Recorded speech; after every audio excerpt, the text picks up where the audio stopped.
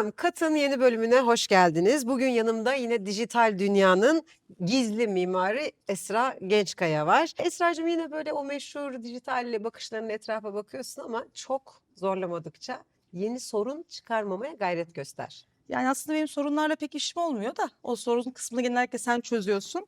Ama seni bugün bir övmek istesem o sektörün feci virajlarını tam böyle keskin bir şekilde dönen Dersin. bir insan olarak seni tanımlayabilirim. Neden olmasın? Yani şöyle anlatmak isterim. Tabii ki bazı virajlarda, keskin virajlarda yol alıyoruz ama bazen duvara da çarpıyoruz. İşte bugünkü konuğumuz bu duvarlara çarpmadan önce bize bazı sinyaller veren, yol gösteren benim 100 yıllık arkadaşım sevgili Eda Salman var. Avukat Eda Salman bugün bizlerle beraber. Hoş geldiniz Eda Hanım. Hoş bulduk.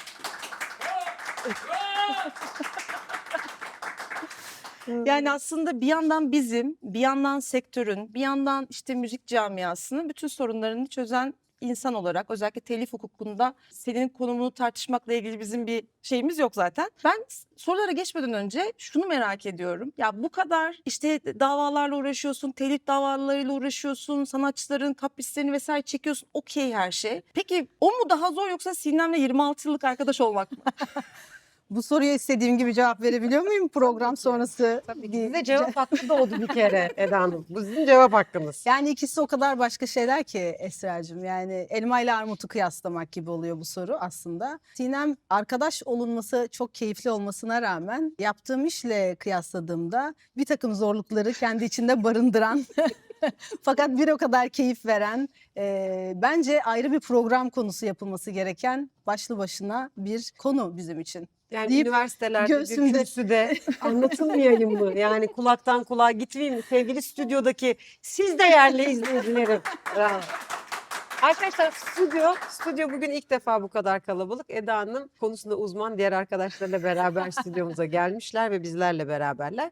Eda'cığım şaka bir yana hoş geldin. Aslında az evvel söylediğim gibi sen bizim için bizim yol haritamızı çizen, sektörde bütün arkadaşlarımıza seni tavsiye etmek gibi bir şey değil ama senin de bize verdiğin tavsiyelerle her müzisyenin, her sanatçının bir menajerden evvel avukat olması gerektiği konusunda herkese uyarmış, ikaz etmiş. Bu anlamda çok yol göstericilik yapmış birisin. Bize bizim programımızın klişe bir soru şeyi var. Önce bize neler oluyor, neler bitiyor, kendi hayatında sektörle ilgili bize böyle küçük bilgiler vermen gerekirse neler oluyor? Bize bir kısaca anlatır mısın? Nerede bulacağız seni? Ne yapıyorsun şu anda?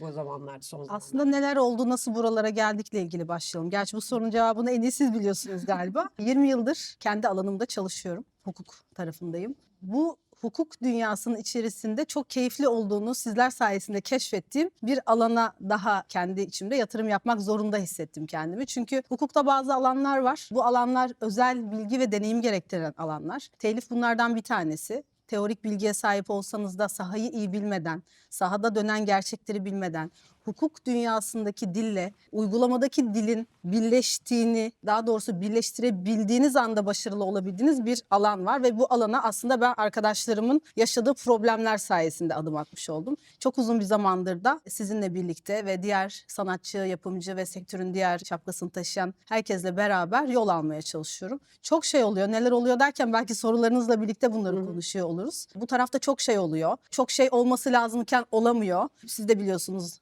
bunların hepsini hem dostane hem iş anlamında çok şey konuşuyoruz. İsterseniz sorularınızda neler olduğunu ve neler O olması zaman gerektiğini Açılışı konuşalım. yapmak üzere ilk sorusunu sormak üzere sevgili Esra Gençkaya dönelim sayın yönetmenim. Seninle zaten uzun zamandır birlikteyiz. Yani birlikte arkadaşlığımız da devam ediyor. O yüzden birazcık ben heyecanlandım nedense. Tabii. Gerçekten bu Metin abilerde de böyle Böyle olmuştu. olduk. Abi Niye? ağladık evet programda. yani niye Hoş böyle değil. oldu anlamış değilim. Biraz da sorularımız aslında yani o hukuk tarafındaki soruları biraz daha eğlenceli hale getirmeye de çalıştık. Karşımızda sen olunca da. O garip sorularımızdan bir tanesiyle Hadi bakalım. başlıyorum. Hadi bakalım. Kapını çalıp birisi geliyor ve sana diyor ki Eda Hanım rüyamda gördüğüm melodinin telifini alabilir miyim diyor. Bu tabii ki garip bir istek. Böyle bir şey mümkün mü? Hatta onu da geçtim. Hukuk tarafında tamamen imkansız olarak gördüğüm bir hak iddiası var mı? Karşılaştın mı böyle Yani şeyle? bana imkansız olduğunu bildiğim bir soru soruldu mu anlamında mı Evet. Evet. Tabii ki çok fazla. Yani bir rüya ile ilgili gelen kimse olmadı. Onu açık söyleyeyim ama çok benzer şeyler tabii ki yaşadım. Yani şöyle bir şey geldi aklıma ilk gelen sen soruyu sorarken. Sürekli mırıldandığı bir melodinin yeni bir müzik eseri olarak karşısına çıktığını, etrafındaki kime sorarsak soralım onu yıllardır mırıldandığını söyleyen biriyle karşılaştım. Ve bunu ispat edebileceğini söylüyor. Bir kayıt yok, bir şey yok elbette ama beni tanıyan herkes bunu benim yıllardır mırıldandığımı çok iyi bilir diye bir şeyle karşılaştım Ama belki arkadaşlar. haklıdır. Kulak hırsızdır derler. Kulak çalar derler. Doğru, fakat öyle bir şeyden bahsetmiyorum. Bayağı gerçek bir iddiayla geldi ve ispata dair hiçbir şey yok elimde. Hani bir kayıt olur, bir şey olur, hiçbiri yok. Yani bu tür sorulara da sen nasıl bunu sordun, böyle şey olur mu da diyemiyoruz ama genelde verdiğim reaksiyon şöyle. Hatta şöyle şeyler de diyorlar. Mesela şimdi biliyorsun sadece müzikte telif diye düşünmeyelim. İşte bir yazılım veya işte günlük hayatta çok kullandığımız uygulamalar. Ben bunu düşünmüştüm, bu benim fikrimdi, ben bunu söylemiştim. Tamam, çok güzel ama sen bunu kaydetmezsen hani hukuk seni duymaz ya. Yani sen mırıldandığın bir melodiden bahsediyorsun ama mırıldandığını kaydetmiyorsun. Yani mırıldanacağına kaydetseydin başka bir şey konuşuyor olurduk. Fakat kaydetmediğin bir şeyi hukuk korumaz. Hukuk senin mırıltını duymaz diyelim. Güzel oldu Evet, galiba. güzel. Buraya giriyoruz. Evet, Hukuk senin altını bant mırıltını çekti. duymaz. Radyoda bir şarkı dinliyorsun. Arabanda güzel giderken keyifli bir gün. Şöyle sorular kafanı karıştırıyor mu? Acaba bu sample'ın iznini almışlar mıdır deyip o şarkının tadını kaçırdığın zamanların oluyor mu? Yani aslında profesyonel hayatın senin özel hayatına nasıl sirayet ediyor? Çok acayip geniş bir soru ama şöyle bir örnek vereyim. Özellikle 90'lı yılların parçalarını falan dinlerken şimdi o zaman biliyorsunuz bu izinler, clearance'lar falan yok, hak getire. Özellikle böyle nostaljik şarkılar dinlerken bir taraftan böyle onun tadını çıkarıp o havaya girebiliyorum ama bir taraftan da diyorum ki bu sample izni alındı mı acaba? Bu clearance yapıldı mı falan. Hep bir tarafta bir risk analizi yapan tarafım elbette oluyor. Evet. Mesleki deformasyon. Diyelim buna. Evet. Peki yapay zeka senin sesini ve tarzını kopyalasa ve bir şarkı yapsa. Bu benim emeğim mi dersin yoksa kanunda yolu yok geçmiş olsun bir soğuk su içeyim mi dersin? Şimdi buna kanunda yeri yok diyecek son insan benim herhalde arkadaşlar. Çünkü kanunda yeri yok denmemesi gerektiğine dair bir çalışma içinde oldum son zamanlarda. Bunu duyurmaya da çalıştık. Bir meslek birliğimizin bilim kurulunda görev yapıyorum ve yapay zeka ilkeleri diye bir şey yayınladık çok yakın bir zamanda. Bunu dünyada yapan başka meslek birlikleri de vardı ama Türkiye'de biz de bunun öncüsü gibi bu ilkeleri yayınladık. Ne mesela, çok ciddi konuşmaya başladım ama herhalde. Yok, zaten derdimiz bu. Bu sorduğun soruyla ilgili şunu söyleyebilirim. Bir kişinin sesini, üslubunu taklit etmek bazı hukuki sonuçlar doğurur. Kişilik hakkı, manevi tazminat, haksız rekabet gibi. Yani bunun bir karşılığı yoktur diyecek kişi ben değilim. Yani bunun bir karşılığı vardır diyen kişiyim. Bakın bizim hukukumuzda yapay zeka çok hızlı ilerliyor olabilir ama hukukta boşluk kabul eden bir yer değil. Dolayısıyla biz o boşlukları doldurmak zorundayız. Var olan hukuk kurallarıyla, yani evet elbette yapay zekaya dair kanunumuz şu anda güncellenmiş durumda değil ama var olan kurallarla, yani kişilik hakkı ihlalinde işte neler yapılabilir, haksız rekabet gibi bir sürü hukuki argümanlarımız var ve bunlarla bu boşluğun doldurulması gerektiğini söyleyen bir yerdeyim. Dolayısıyla kanunda yeri yok deyip boş ver diyecek belki son kişiyim. Yani tabii ki yapay zeka çok geniş bir alan. Zaten şu anda henüz tam da böyle çerçevelerin çizilmediğini biliyoruz. Ama ben soruyu başka bir yere çekmek istiyorum. Yapay zeka tekrar geleceğimizi düşünerek. Çok sevdiğin ama telif hakkını ihlal eden bir bağımsız sanatçıyı mı savunursun? Yoksa hakları elinde bulunan büyük dev bir yapım şirketini mi? Yani aslında savunurken güçlüyü veya güçsüzü seçiyor gibi bir durumda değilim. Aslında olayı ve dosyayı savunuyor olmakla ilgili. Fakat şöyle bir ayrım yapılabilir belki. Yani bağımsız bir sanatçı ihlal hakkında belki bilgi sahibi olmayabilir. Belki onu uyarabiliriz, ona öğretebiliriz ama güçlü bir şirketin bazı şeyleri bilmediğini söylemek hayatın olağan akışına çok uygun değil ya. Dolayısıyla onu artık bence uyarmaya ve ona öğretmeye ihtiyaç yoktur diyebiliriz birçok durumda. Yani aslında güç insana ayrıcalık değil de bence sorumluluk getiren bir şey. Dolayısıyla benim orada güçlü, bağımsız sanatçı, güçsüz gibi bir ayrımım yok. Yani güçlü olan tarafın önce sorumlu olması gerektiğini düşünerek hareket ederim ve benim müvekkilim olsa bile bunu bilerek yaptıysa benim o dosyada yerimin olmadığını düşünürüm. Yani şöyle de bir kesin. şey var değil mi? Şimdi devamlı aslında yani devamlı kanun değişmiyor ama matematik devamlı değişiyor ya, bizim tarafımızda öyle. Eminim diğer sektörlerde de böyledir ama işte bir yapay zeka geliyor. İşte senin hakkın ne olacak? Benim hakkım ne olacak? Dışarıda umumi mahalledeki ne olacak ki yeri gelmişken umumi mahallede anlatmak istersin diye düşünüyorum ama oradan olacak, oradan olacak derken aslında kafalar çok karışık. Yapım şirketlerinin de sanatçıların da bunları takip etmesi, devamlı ayık olması lazım bu noktada. Buradaki bütün sorumluluğu hukukçuya yıkmak mı yoksa bu anlamda bir departman çalıştırmak mı lazım? Çünkü neyi takip edeceğini şaşırıyor sistemdeki mikrosundan makrosuna herkes. Hangi birini takip edeceğiz biz? Nereden takip edeceğiz? Buradaki doğru nokta meslek birlikleri noktası mı? Hukukçular mı? Ya da şirketlerin kendi departmanları mı? Buradaki bizim çilingirimiz ne olmalı? Konu aslında o kadar en temel noktada başlıyor ki problem olmaya başlıyor ki bir kere sanatçı olarak haklarımızı bilmiyoruz. Bunu her yerde söylüyorum. Sanatçının önce en temel haklarını öğrenerek yola çıkması gerekiyor. Yani bence hatta bu işin ilmini, okulunu okudukları noktada belki ilgili haklarını öğrenebilecekleri departmanlar açmakla başlayabilir konu. Çünkü daha biz dünya bir ateş topuydudan başlayarak sanatçıya, yani ben kendimden örnek vereyim. Bir sanatçıyla yolum kesiştiyse önce onun haklarını öğretmem gerektiğini hissediyorum. Çünkü sektörde yanlış öğretilenler, yanlış uygulamalar sanatçının hakkı olan bir şey. Zaten benim böyle bir hakkım yok ki gibi bir kabule doğru itiyor esasında. Ben yolum kesiştiği her sanatçı arkadaşımla, her sanatçı müvekkilimle önce bunları konuşmak istiyorum. Çünkü temelde besteci, söz yazarı kimliği olabiliyor, icracı kimliği olabiliyor. Aynı zamanda kendi işinin yapımcısı kimliği olabiliyor. Bunların nasıl ayrıldığını, hangi şapkanın kendisine hangi hakları getirdiğini bilip bunlarla ilgili sözleşme yapması gerektiği noktada kendini daha doğru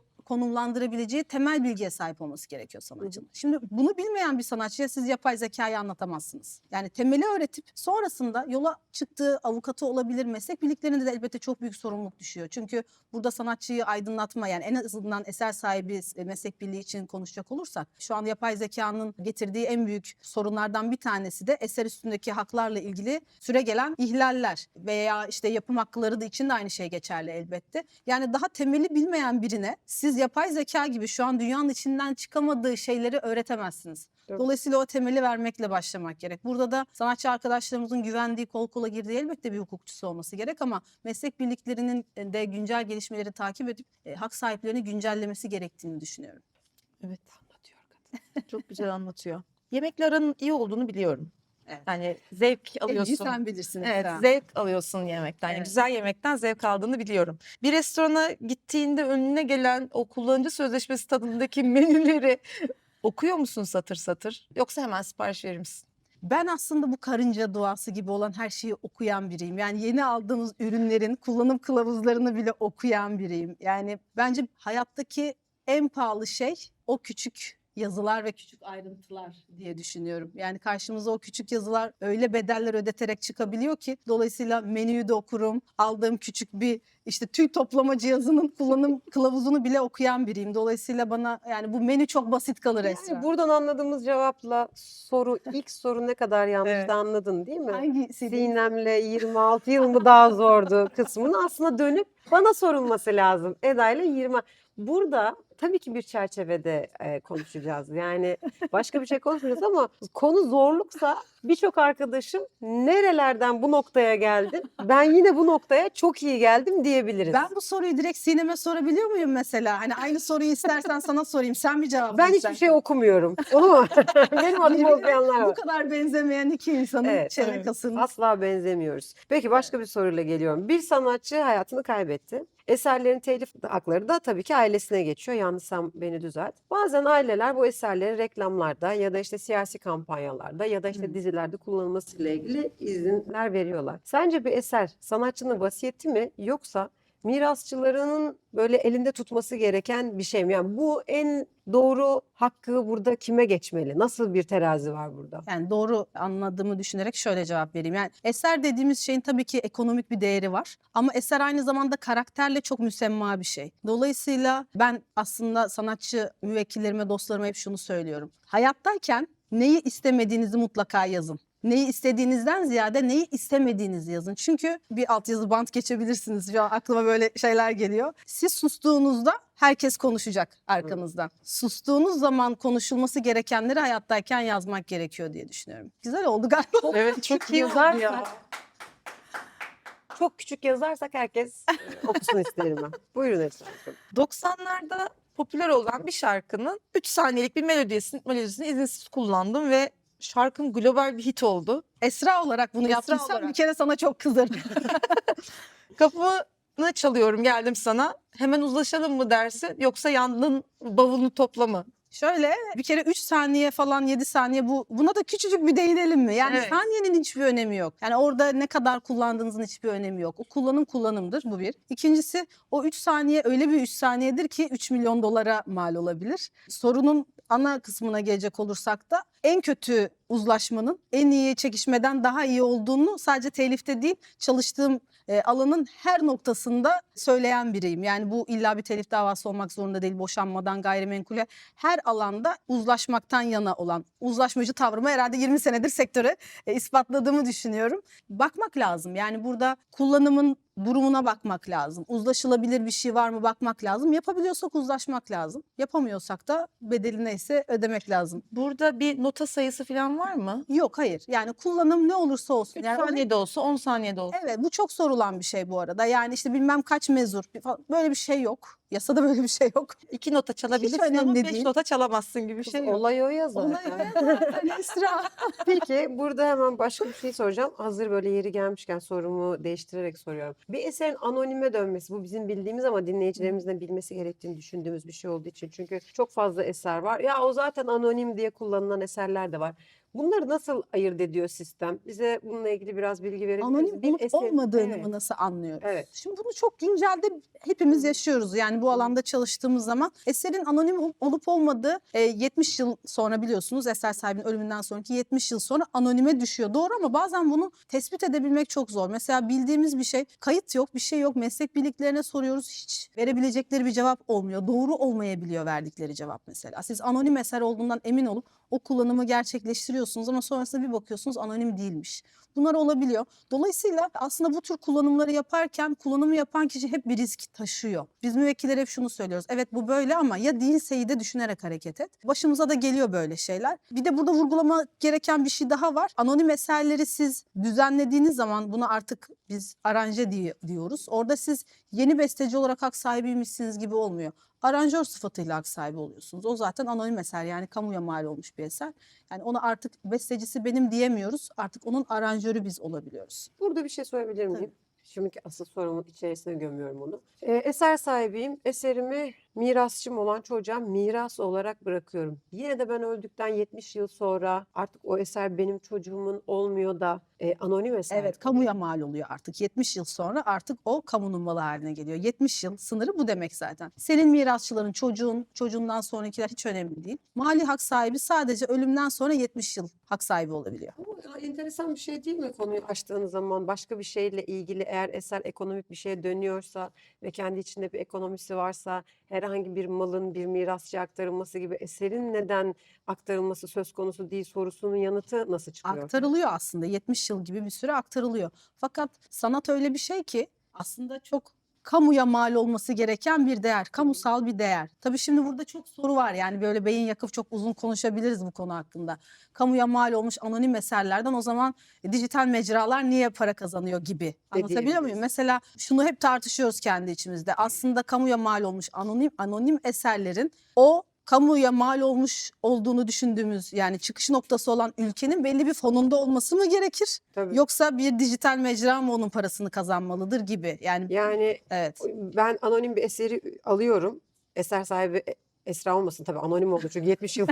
Yani birinin eserini alıyorum ben. Yeniden icra ediyorum.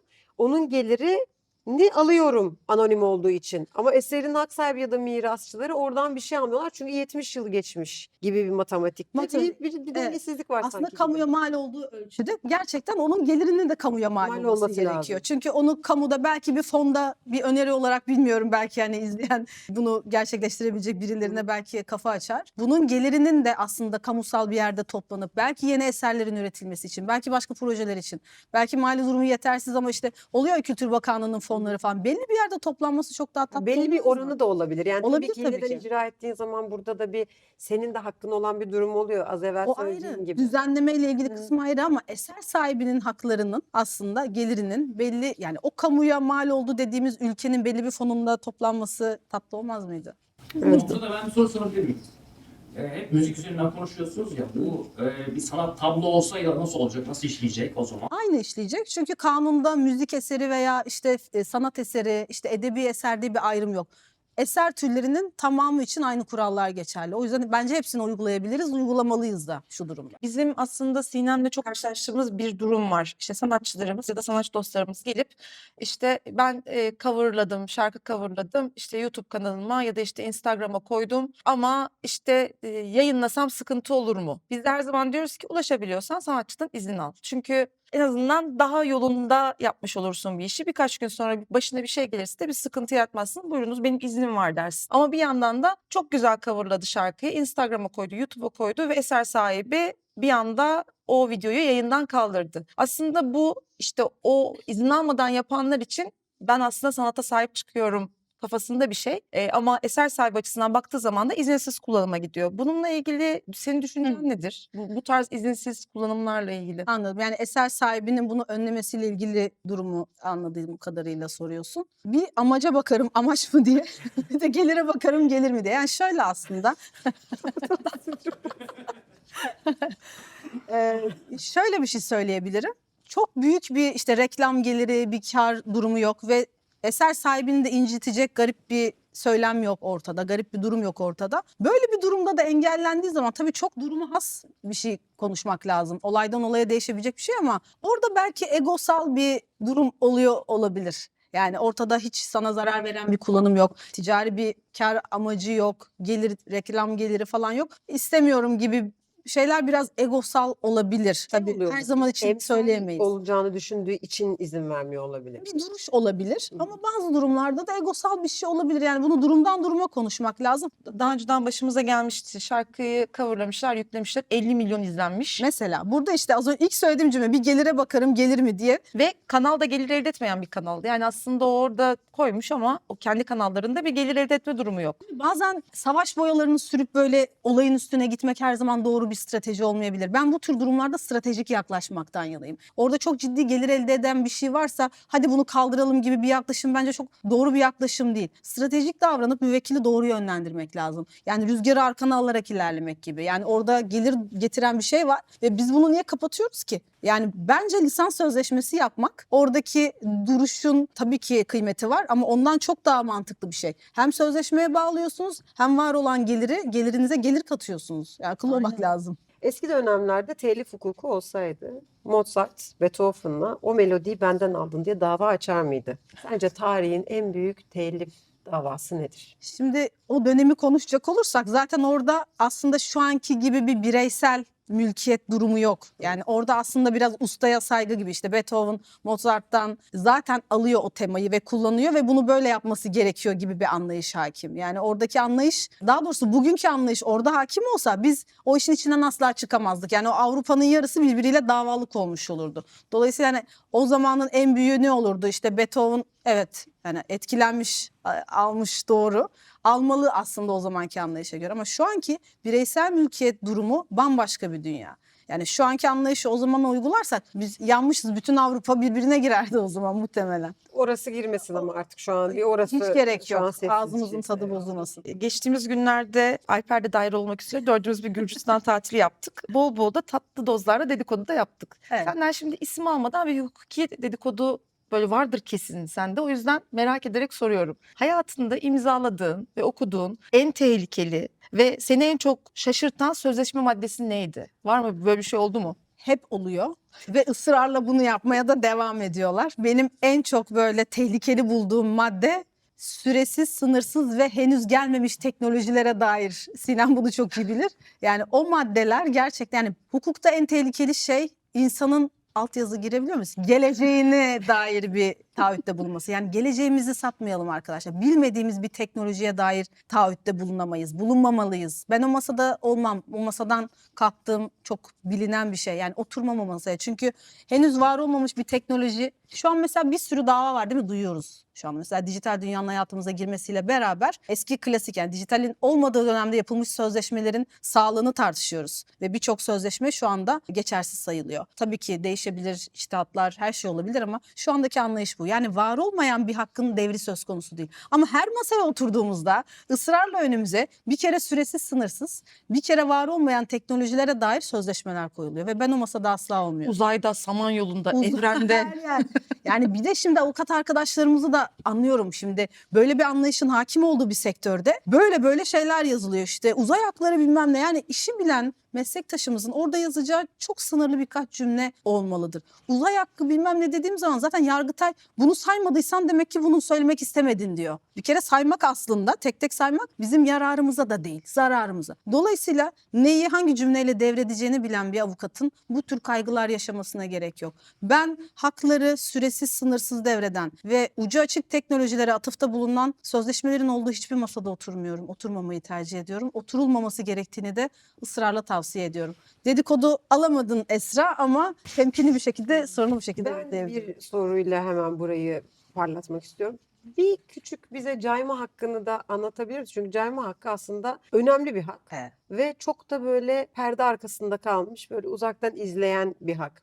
Biraz belki dinleyicilerimiz için bizim aslında hakim olduğumuz bu hakkı anlatabilir misin? Evet, cayma hakkı aslında biz hukukçular için altın değerinde bir hak. Yani bunu kullanmayı bilen bir hukukçunun gerçekten müvekkiline çok şey katabileceğini düşünüyorum. Fakat bu nacizane 20 yıllık hukukçu geçmişimde bu hakkın ben doğru uygulandığını, doğru yapıldığını görmedim. Doğru bir örnek görmedim, inanabiliyor musunuz? Yani davalar cayma hakkından dolayı açılmış davalarda hep gördüğümüz şey cayma hakkının yanlış kullanıldığı ile ilgili. Oysa ki o kadar basit bir şey ki şekil kurallarına uyacaksınız. Önce tabii şundan başlayalım. Nedir cayma hakkı? Diyelim ki bir mali hak sözleşmesi yaptınız. Sen dedin ki işte Eda'cığım ben bu hakkımı sana verdim. Sen bunu gereğini yap. Bir sözleşme yaptık aramızda. Fakat ben bunu mundar ettim tırnak içinde. Kullanmadım, gerekli yatırımı yapmadım. Öyle orada çürüdü gitti. O zaman dönüp şunu deme hakkı veriyor kanun sana. Ben bu hakkı sana verdim ama sen bunun gereğini yerine getirmedin. Çürüdü gitti, heba oldu. Dolayısıyla ben cayma hakkımı kullanıyorum. Buradaki kritik nokta cayma hakkının şekli kurallarına uymak. Bunu yapmadığınız zaman bu basit görünen şey, o ihtar şartları, süre şartları falan, bunları yapmadığınız zaman siz bir de davalarla uğraşıp o davayı kaybediyorsunuz arkadaşlar. Yani bence doğru uygulandığı takdirde sanatçının hayatını kurtaran bir hak ama dediğim gibi uygulamasını maalesef göremediğim bir yerdeyiz. Bununla da karşılaşıyorum ben sosyal medyada soracağım soruyla. İşte influencerlar herhangi bir ürünü, bir şeyi paylaşırlarken arkaya bir fon müziği koyuyorlar. Ama aslında o yapmış oldukları işbirliğinden de bir para alıyorlar. Ama Instagram kataloğundan seçmiş oldukları müzikle ya da TikTok kataloğundan seçmiş oldukları müzikle o ürünün reklamını yapıyorlar.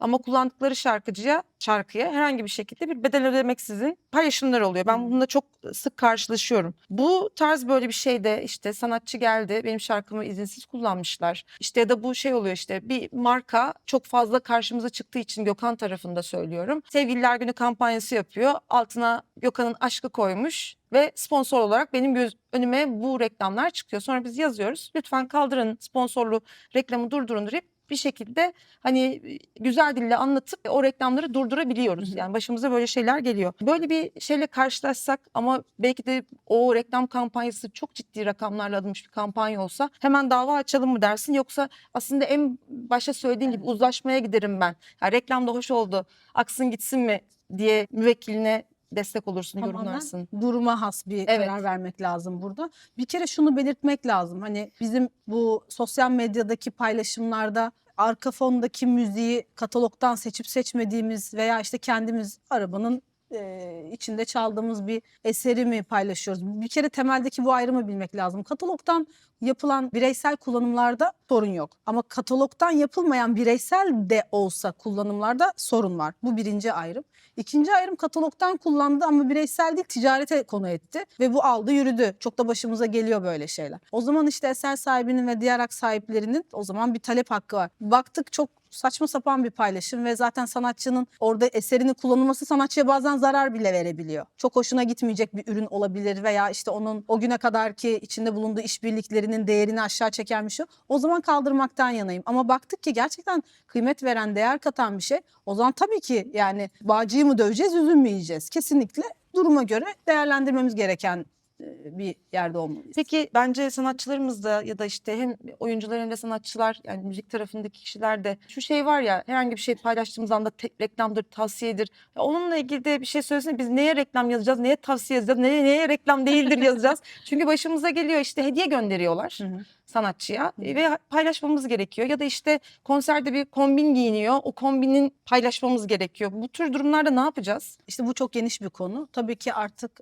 sosyal medya paylaşımlarını kafamıza göre yapamadığımızı hepimiz biliyoruz. Gerçekten bir ürüne yer veriyorsak orada onun reklam olduğuna dair bilgiyi vermek durumundayız. Yani o açıklamayı yapmak durumundayız. Yoksa sizin yazmadığınız her durumda bir incelemeye tabi olup ciddi para cezalarıyla karşılaşabilirsiniz. Sizin oradaki niyetinizin reklam olup olmadığını anlatmayı seçmek de bir seçenek. Ama bunu anlatana kadar oraya onu yazmak da bir seçenek. Yazdığınız durumda da marka ile olan işbirliğinizin devreye girmesi demek. Bunun çok dikkatli yapılması gerektiğini ve mutlaka süreci işi bilen hukukçularla yönetmeyi tavsiye ediyorum. Yani tamamen biz müvekkillere şunu söylüyoruz. Amacımız ne? Ne yapacağız? Yani siz bize her durumda dirsek temasıyla iletişimde olun bizimle. Yani yapacağımız aman yazalım işte tavsiyedir falan. Öyle olmuyor işler. Bir denetime takılıyorsunuz. Ayıkla pirincin taşını. Amacım şu değildi bu değildi. Bununla uğraşmaktansa gerçekten sakin sakin. Yani o günlük akışta o karambole gelmemek lazım. Çok ceza yiyen tanıdığımız oldu çünkü müvekkilimiz. Yani herhangi bir ürünü gösterirken, beğendiğin bir ürünü gösterirken tavsiye ediyor olacaksın da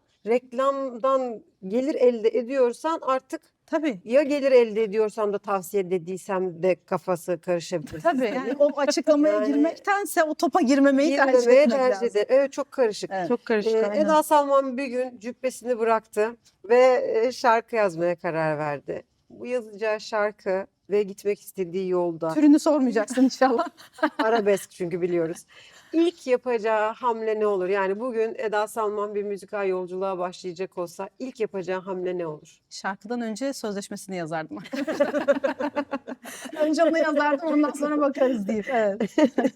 Yani styling'i de bıraktı, Evet, evet. cübbeyi bıraktı ama. Evet, buyurun Esra Hanım. Peki önüne gelen aslında davalarda, dava konularında, yani seçme hakkın olsa milyon dolarlık bir tazminat davası mı? Yoksa emsal teşkil edecek bir dava mı? Yoksa hukuk tarihine geçecek bir davayı mı almak isterdin? Bu sorunun cevabını sadece siz değil, az çok ucundan kıyısından herhalde tanıyan herkese kendimi ifade edebilmiş olduğumu ve rüştümü ispatladığımı düşünüyorum.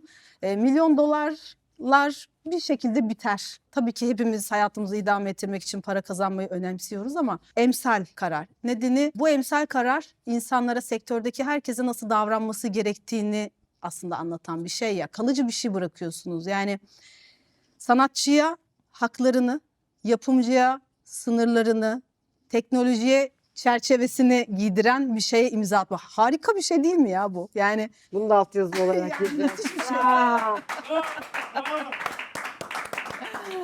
Yani sonra ben size yüzümün akı diyorum, siz de bana çok mübalağa ediyorsunuz.